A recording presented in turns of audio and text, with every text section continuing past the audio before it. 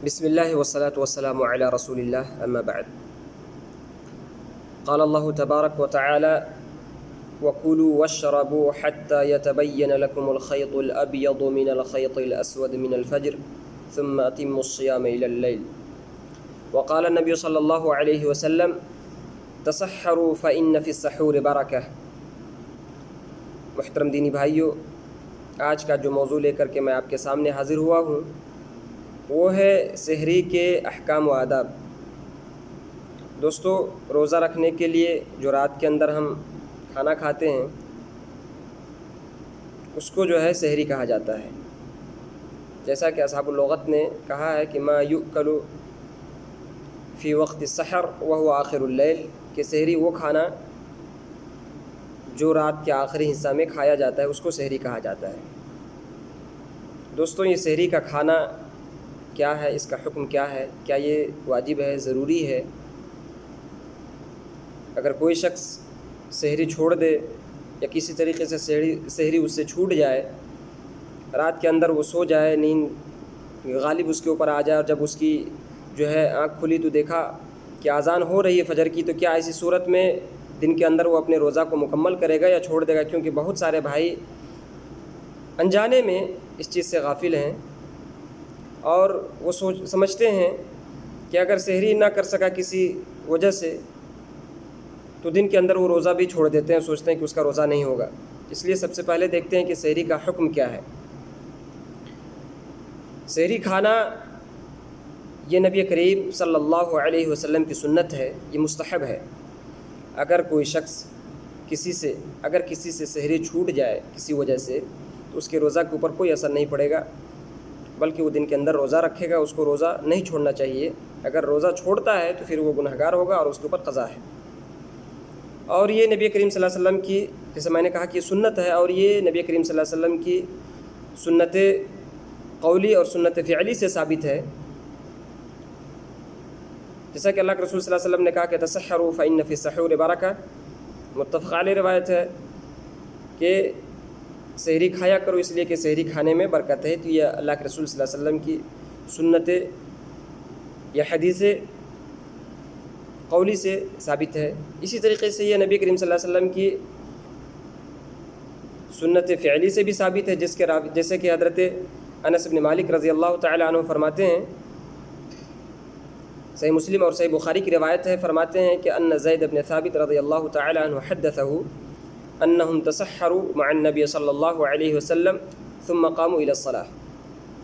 حضرت انس بن مالک فرماتے ہیں کہ حضرت زید بن ثابت رضی اللہ تعالی عنہ نے ان سے بیان کیا کہ یہ لوگ انہم تسحروا مع النبی صلی اللہ علیہ وسلم، یہ لوگ اللہ کے رسول صلی اللہ علیہ وسلم کے ساتھ سحری کھایا کرتے تھے اور پھر سحری کھانے کے بعد قاموا الى الصلاة، نماز کے لیے جایا کرتے تھے۔ تو یہ نبی کریم صلی اللہ علیہ وسلم کی سنت ہے۔ اگر کسی آدمی سے کسی طریقے سے چھوٹ جائے، نیند کی غلبت ہو اس کے اوپر، نیند غالب آ جائے اور جب آنکھ کھلی تو دیکھا کہ فجر کی اذان ہو رہی ہے، تو اس کے روزہ کے اوپر کوئی اثر نہیں پڑے گا۔ ہاں، یہ الگ بات ہے کہ کوئی آدمی اگر جان بوجھ کر کے چھوڑتا ہے تو وہ نبی کریم صلی اللہ علیہ وسلم کی سنت کی مخالفت کرتا ہے، کیونکہ نبی کریم صلی اللہ علیہ وسلم خود سحری کھایا کرتے تھے اور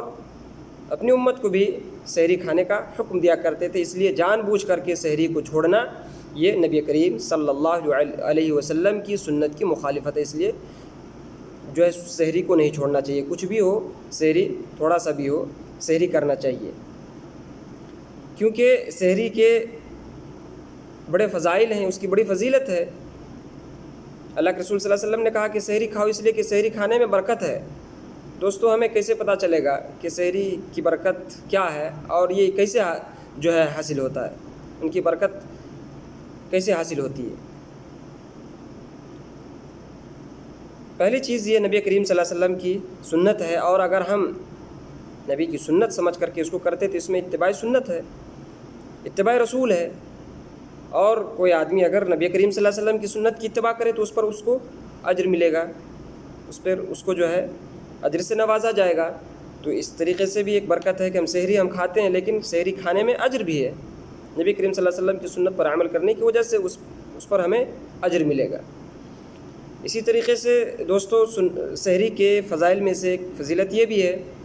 کہ ہم جو سحری کرتے ہیں، سحری کھاتے ہیں، اس سے ہمارے روزہ رکھنے پر ہمیں مدد ملتی ہے، اس سے تقویت ملتی ہے۔ ایک وہ آدمی جو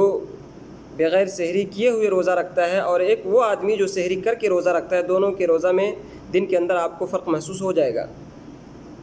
کیونکہ جو آدمی سحری کھا کر کے روزہ رکھتا ہے وہ دن کے اندر زیادہ جو ہے نشیط رہے گا، زیادہ چست رہے گا، جس کی وجہ سے عبادت کے اوپر اس کو جو ہے مدد مل سکتی ہے۔ وہ زیادہ سے زیادہ نفلی عبادات دن کے اندر کر سکتا ہے، جو نفلی نماز پڑھ سکتا ہے، قرآن مجید کی تلاوت کر سکتا ہے، زیادہ وہ نشیط رہ سکتا ہے۔ لیکن وہ شخص جو بغیر سحری کا روزہ رکھے، ہو سکتا ہے کہ دن کے اندر اس کو جو ہے کمزوری زیادہ محسوس ہو، بھوک اور پیاس کی شدت زیادہ اس کو محسوس ہو، اور اس کمزوری کی وجہ سے اور بھوک پیاس کی شدت کی وجہ سے وہ عمل نہ کر سکے جو ایک سحری کر کے روزہ رکھنے والا کر سکے، کیونکہ بھوک کی کمزوری کی وجہ سے ہو سکتا ہے وہ کہ زیادہ نفلی نماز نہ پڑھ سکے، قرآن مجید کی تلاوت نہ کر سکے۔ تو یہ دونوں میں فرق ہے۔ تو اس حساب سے سحری جو ہے ایک طریقے سے سحری کی وجہ سے روزہ رکھنے پر مدد ملتی ہے۔ اسی طریقے سے دوستو، جس وقت ہم سحری کھاتے ہیں، جو سحری کا وقت ہے، انشاءاللہ آگے اس کے جو وقت کے بارے میں جو باتیں کریں گے، لیکن معروف ہے کہ سحری یہ رات کے جو آخری حصہ ہوتا ہے، اس حصے میں سحری جو ہے لوگ کیا کرتے ہیں۔ یہ وہ وقت ہوتا ہے دوستو جس وقت دعا کی قبولیت کا وقت ہوتا ہے۔ اس وقت اللہ رب العالمین، جب کوئی بندہ اللہ رب العالمین سے مانگتا ہے تو اللہ رب العالمین ان کے دعا کو قبول نہیں کرتا، بلکہ خود اللہ رب العالمین کہتا ہے کہ مجھ سے مانگو، میں تمہاری مانگ کو جو ہے پورا کروں گا۔ جیسا کہ صحیح بخاری اور صحیح مسلم کی روایت ہے، جن کے راوی حضرت ابو ہریرہ رضی اللہ تعالی عنہ فرماتے ہیں، ان اللہ تبارک و تعالی ينزل ربنا تبارک و تعالی كل ليلة الى السماء الدنيا حين يبقى ثلث الليل الآخر، کہ جب رات کے تہائی حصہ کا آخری حصہ باقی ہوتا ہے، اس وقت اللہ رب العالمین آسمانی دنیا پر اپنے شان کے مطابق، جو ان کے شان کے لائق ہو، آسمانی دنیا پر اللہ رب العالمین نزول کرتا ہے، اور نزول کرنے کے بعد اللہ رب العالمین خود یہ کہتا ہے، یقول من یدعونی فاستجیب لہ، ہے کوئی آدمی مجھے پکارنے والا، میں ان کی دعا کو قبول کروں، میں ان کی پکار کو قبول کروں۔ من یسألنی فاعطیہ، ہے کوئی آدمی مجھ سے مانگنے والا، میں ان کے مانگ کو پورا کروں۔ من یستغفرنی فاغفر لہ، ہے کوئی آدمی مجھ سے مغفرت کا طلبگار، ہے کوئی آدمی مجھ سے مغفرت چاہنے والا، میں ان کی مغفرت کروں، مغفرت کے طلبگار ہے کوئی۔ تو یہ دیکھیے، یہ وقت جو ہوتا ہے یہ خود اللہ رب العالمین آسمانی دنیا پر نزول کرتا جو اس کے شان کے لائق ہو، بغیر تشبیہ اور تمثیل کے ہم یہ کہتے کہ اللہ کے شان کے جو لائق ہے، اس حساب سے اللہ رب العالمین آسمانی دنیا پر جو ہے نزول کرتا ہے، اور نزول کرنے کے بعد یہ جو ہے آواز لگاتا ہے کہ مانگو مجھ سے، گناہوں کی مغفرت کرواؤ مجھ سے،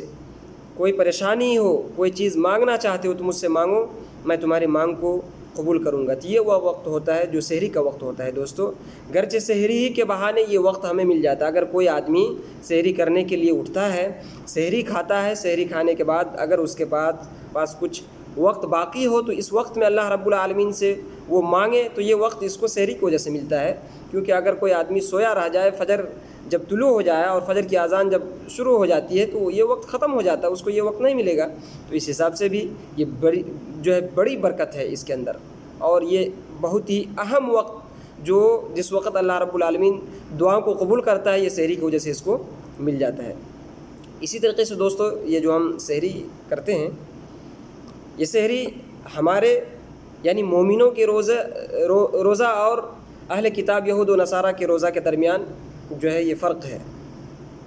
جیسا کہ اللہ کے رسول صلی اللہ علیہ وسلم ارشاد فرماتے ہیں، صحیح مسلم صحیح بخاری کی روایت ہے، صحیح مسلم کی روایت ہے کہ اللہ کے رسول صلی اللہ علیہ وسلم فرماتے ہیں، فصل ما بین صیامنا و صیام اہل الکتاب اکلۃ السحر، ہمارے یعنی مومنوں کے، مسلمانوں کے روزہ کے درمیان اور اہل کتاب کے روزہ کے درمیان فرق یہ سحری کا کھانا ہے۔ ہم سحری کھا کر کے روزہ رکھتے ہیں، اور اہل کتاب یہود و نصارہ یہ بغیر سحری کا جو ہے روزہ رکھتے ہیں، تو یہ فرق ہے۔ اسی طریقے سے دوستو، سحری کا کھانا جیسا کہ سب جانتے ہیں کہ بغیر نیت کیے ہوئے جو ہے روزہ نہیں ہوتا ہے، روزہ کے لیے نیت کرنا ضروری ہے۔ اللہ کے رسول صلی اللہ علیہ وسلم نے فرمایا کہ جو آدمی رات کے اندر نیت نہ کرے اس کا روزہ نہیں ہوتا. اس کا یہ مطلب نہیں کہ زبان سے بصوم غد نویت ان بصوم غد، نیت نہیں. نیت دوستو یہ دل کے ارادے کا نام ہے.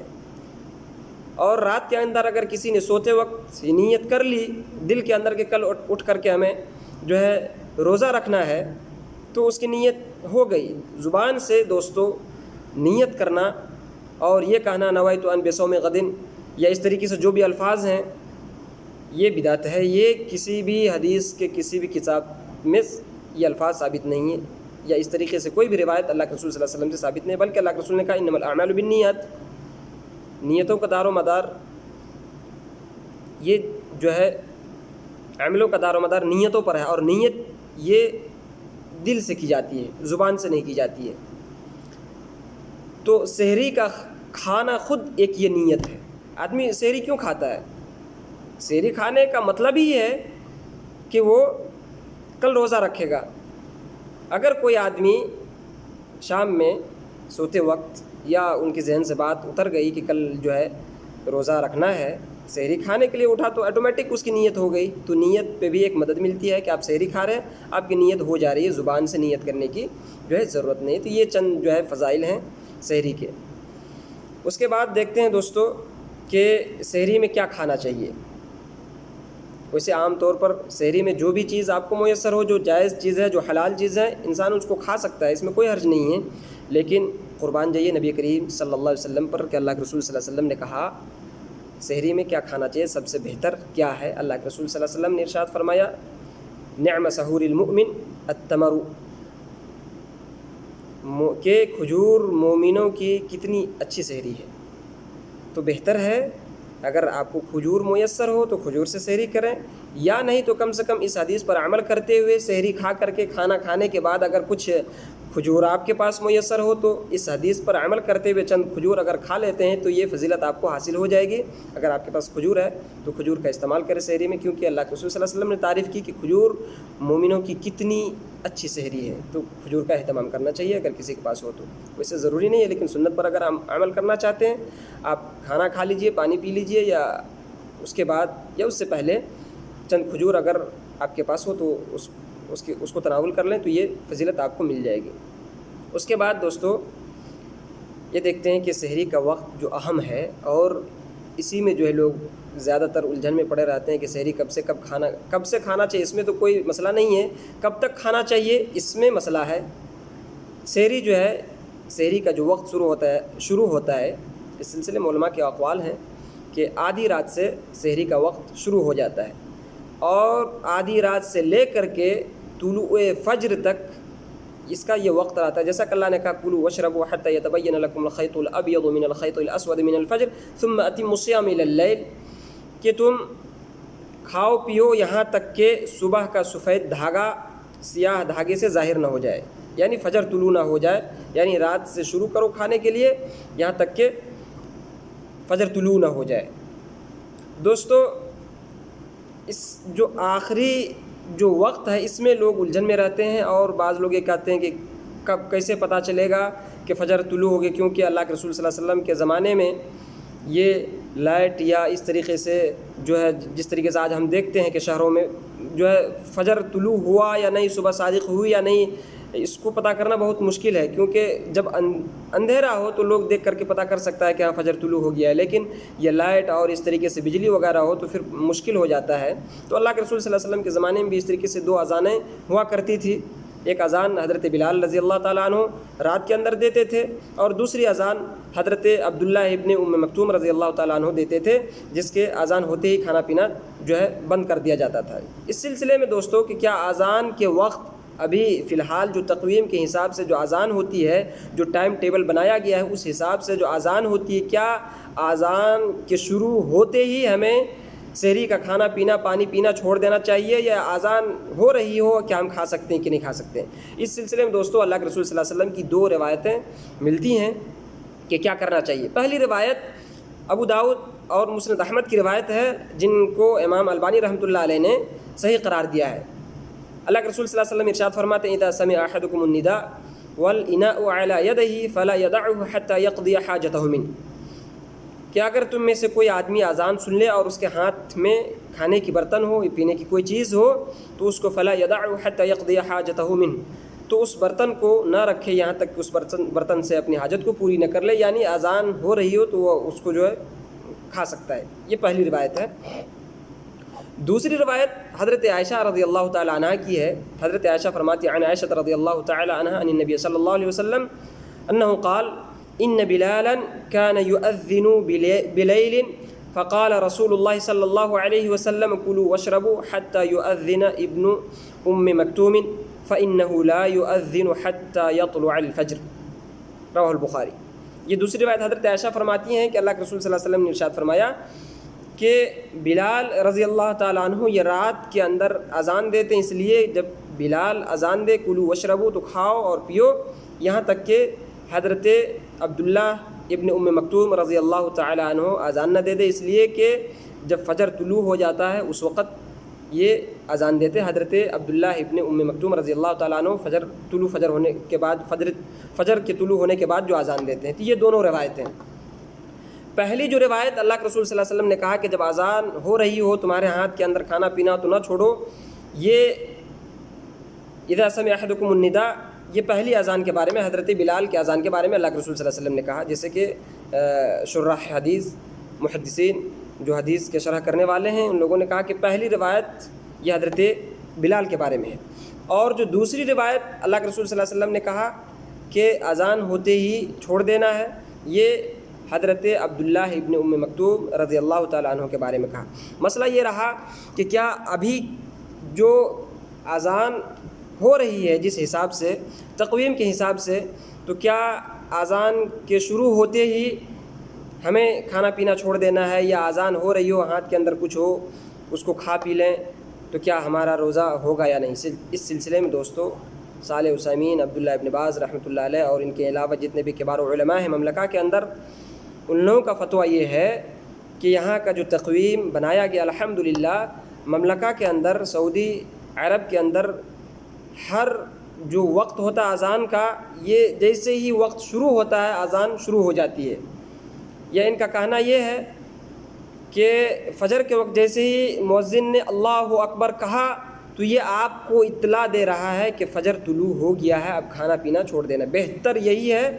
کہ آپ کھانا پینا چھوڑ دیں، جیسے اذان شروع ہو آپ کے ہاتھ کے اندر، اگر حتیٰ کہ منہ کے اندر کوئی لقمہ ہو تو اس کو نگل دیں، اس کو جو ہے اگل دیں، آپ اس کو باہر کر دیں، کیونکہ اگر فجر طلوع ہو گیا اس میں جو ہے اصل اس میں اعتبار اذان کا نہیں ہے کہ اذان ہو تو ہم کھا سکتے، اصل اس میں اعتبار وقت کا ہوتا ہے۔ اس میں جو دیکھا جاتا ہے وقت شروع ہوا یا نہیں ہوا۔ اگر کوئی مؤذن 5 منٹ پہلے اذان دے دے تو اس کا مطلب نہیں کہ ہم کھانا پینا چھوڑ دیں، لیکن جو تقویم بنایا گیا ہے، جو تقویم تیار کیا گیا ہے، تو اس سلسلے میں سارے علماء کا یہاں اتفاق ہے کہ یہ تقویم جو ہے بالکل صحیح ہے اور اس پر عمل کیا جا سکتا ہے۔ اس لیے دوستو جیسے ہی مؤذن اذان شروع کرے، اللہ اکبر کرے، تو بہتر ہے کہ آپ جو ہے کھانا پینا چھوڑ دیں۔ اگر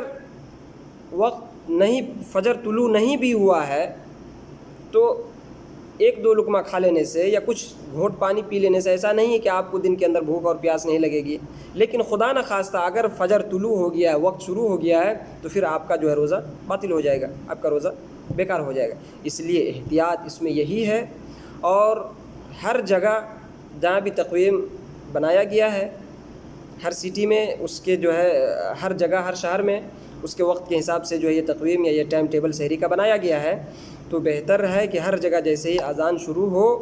آپ جو ہے کھانا پینا چھوڑ دیں۔ اور ہر شہر والوں کو چاہیے کہ اس میں دقت کے ساتھ، یعنی